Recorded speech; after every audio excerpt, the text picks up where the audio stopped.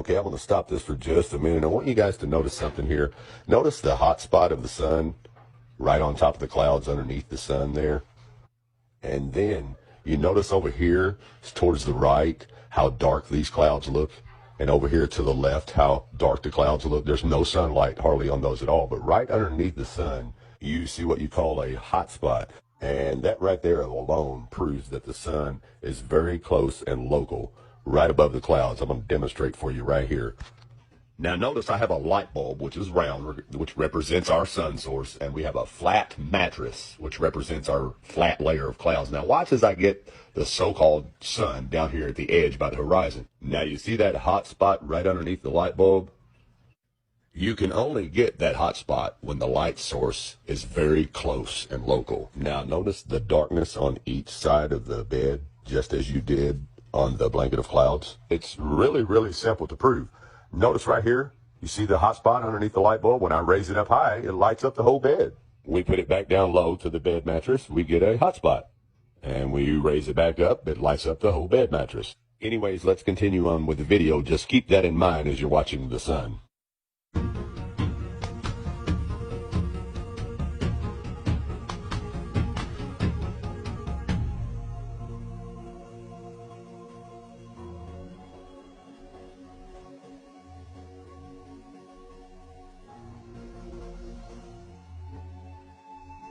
Now, I want you to pay attention to these couple stars right here to the right of the screen. And remembering that the sun is supposed to be traveling in a straight line through the universe at 600,000 something miles per hour. Now, watch to the right as these stars zoom past us, okay? Remembering that the sun is traveling in a straight line through the universe, supposedly. We just left those stars behind, right? We're traveling in a straight line, which means we shouldn't be turning around and coming back there if we're following the sun, okay? Now, pretending we're on a ball. I'm saying pretending we're on a ball.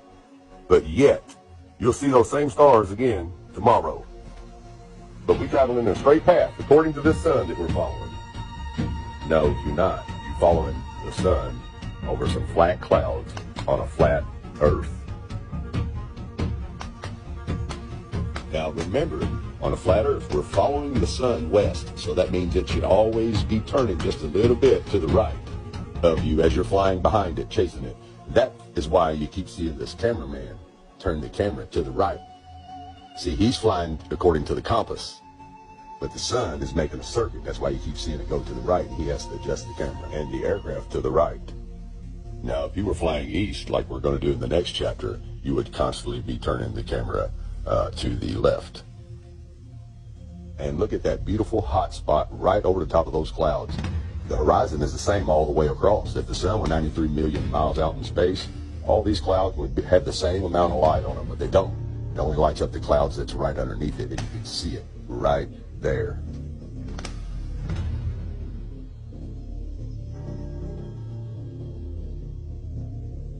Welcome to part 2 of Chasing the Sun Around the Flat Earth. Now, as you can remember, in part 1, I showed you a 777 flying from Seoul to Paris, going west, which would be chasing the sun on a flat Earth.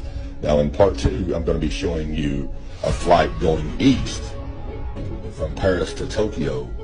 Now, if you're flying east on a flat Earth, you will fly right into the sun. It will actually pass right over the top of you, which is what you're going to see here in part 2 of Chasing the Sun Around the Flat Earth. Enjoy. Now notice here, going east, we have the same thing going on with the sun coming at us. See the hot spot underneath it on the clouds? And then see the darkness over here and over here? Look familiar? That's because it works the same way even with the sun coming at you from the east.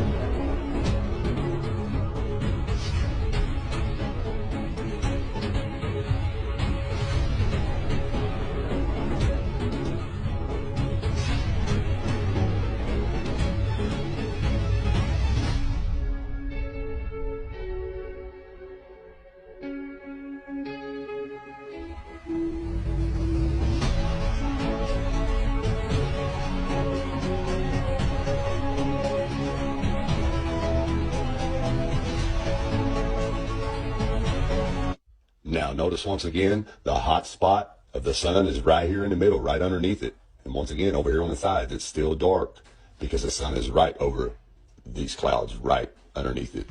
And the sun is going to pass right over your head right here.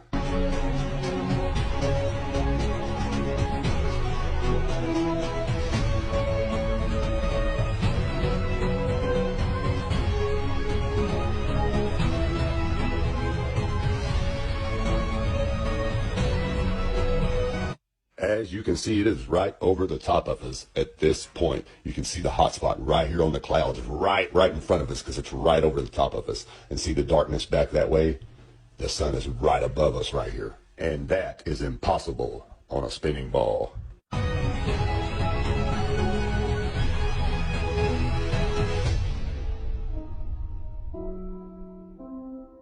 Wake up, people. You just seen it with your own eyes.